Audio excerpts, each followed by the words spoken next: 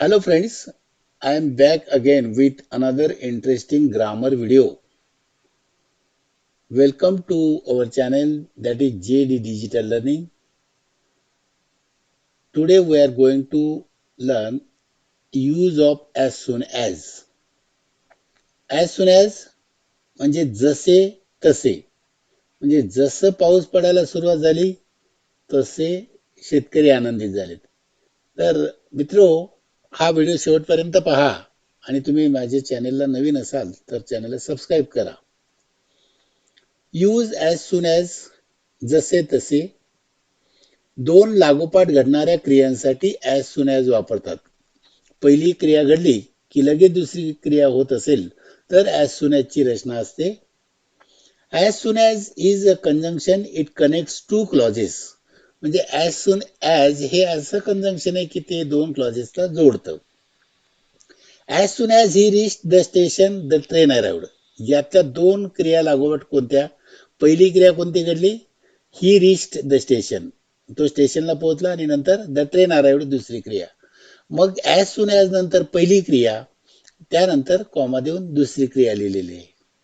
As soon as he reached the station the train arrived. My father came home. Immediately I switched off TV. यातल्या दोन क्रिया कोणत्या?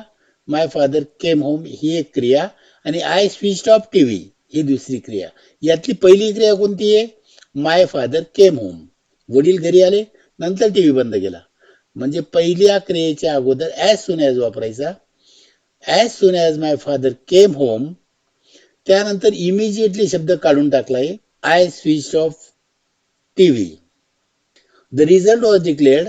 At that time I ran home to my mother.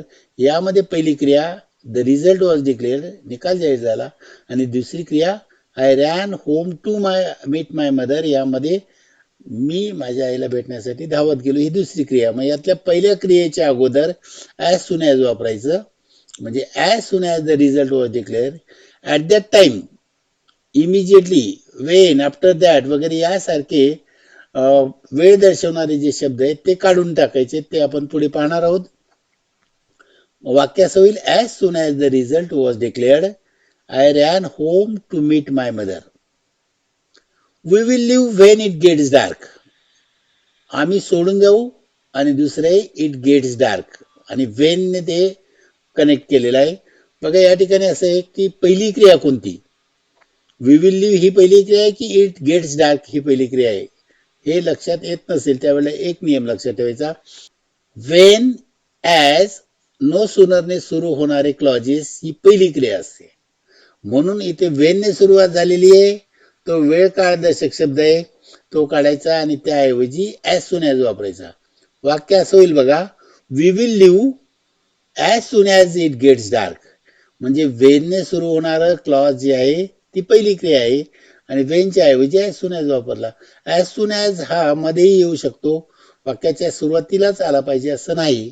Next, दिलेल्या वाक्यामध्ये as soon ॲजचा उपयोग करताना पुढील नियमांचा उपयोग करावा. काही नियम सांगितलेत बघा. पहिला नियम, दिलेल्या दोन वाक्यातील प्रथम क्रिया दर्शवणारे वाक्य शोधावे. जी क्रिया पहिली असेल ती लिहायची. वाक्याच्या सुरुवातीस ॲज सून ॲज घेऊन त्यानंतर प्रथम क्रिया दर्शवणारे वाक्य लिहावे.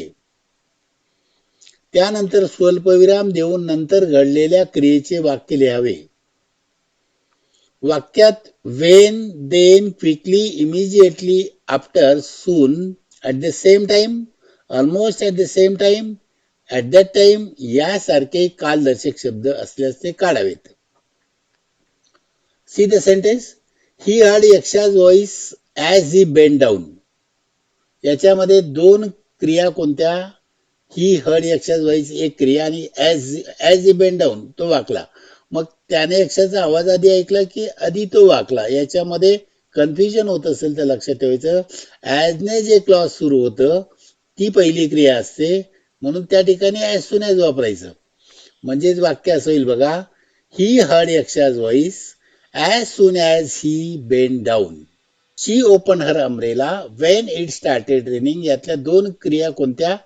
छत्री उघडली आणि दुसरं पाऊस पडायला सुरुवात झाली. मग आधी पाऊस पडायला सुरुवात झाली की आधी छत्री उघडली? तर यातली पहिली क्रिया कोणती? वेनने सुरू होणारं जे क्लॉज आहे ती पहिली क्रिया आहे. म्हणून या ठिकाणी वाक्य असं होईल, she opened her umbrella as soon as it started raining. Next sentence, they heard a loud noise after that they ran for their lives. त्यांनी मोठा आवाज ऐकला आणि आफ्टर दॅट म्हणजे त्यानंतर they ran for their lives, ते जीव घेऊन पळत सुटले. याच्यामध्ये पहिली क्रिया आहे they heard a loud noise आणि आफ्टर दॅट हे वेळ काळदर्शक शब्द काढून टाकायचे. त्यानंतर दुसरी क्रिया कॉमा देऊन लिहायची. मग वाक्य असं होईल बघा, as soon as they heard a loud noise comma आणि आफ्टर दॅट काढून टाकला वेळ काळदर्शक शब्द, they ran for their lives is the answer. When you feel tired you stop working. याच्यामध्ये पहिलं क्लॉज आहे वेन यू फील टायर्ड, हे पहिलं क्लॉज आहे. वेनने सुरू झालेलं आहे म्हणून ते पहिलं क्लॉज आणि दुसरं पहिली क्रिया आहे आणि दुसरी क्रिया स्टॉप वर्किंग. मग या ठिकाणी वेनच्या ठिकाणी as soon as you feel tired. मग नंतर पुढे स्टॉप वर्किंग असं जे वाक्य आहे हे ते सब्जेक्ट नाही, करता नाहीये आणि हे अज्ञाती वाक्य आहे. अज्ञाती वाक्याचा करता नेहमी यू असतो किंवा मग पहिल्या क्लॉज मध्ये यू आहेच. म्हणून इथे लिहिलंय you stop working. As soon as you feel tired you stop working. He starts reading when he wakes up. मग यामध्ये बघा ही स्टार्ट्स रीडिंग आणि दुसरं व्हेन ही वेक्स अप. यातली पहिली क्रिया आहे व्हेन ही वेक्स अप म्हणून त्या ठिकाणी ॲज सून ॲज वापरायचा. म्हणजेच वाक्य असं होईल, he starts reading as soon as he wakes up. No sooner did he enter the house he found a bag of money behind the door. यामध्ये no सूनरने सुरू झालेलं जे क्लॉज आहे ती पहिली क्रिया आहे. त्यानंतर दुसरी क्रिया आहे. तर पहिल्या क्रियेच्या अगोदर आपल्याला नो सूनरच्या ऐवजी ॲज सून ॲज वापरायचा. म्हणजे नो सूनरच्या ऐवजी ॲज सून ॲज वापरला की नो सूनरच्या वाक्यामध्ये हेल्पिंग वर्ब असतो.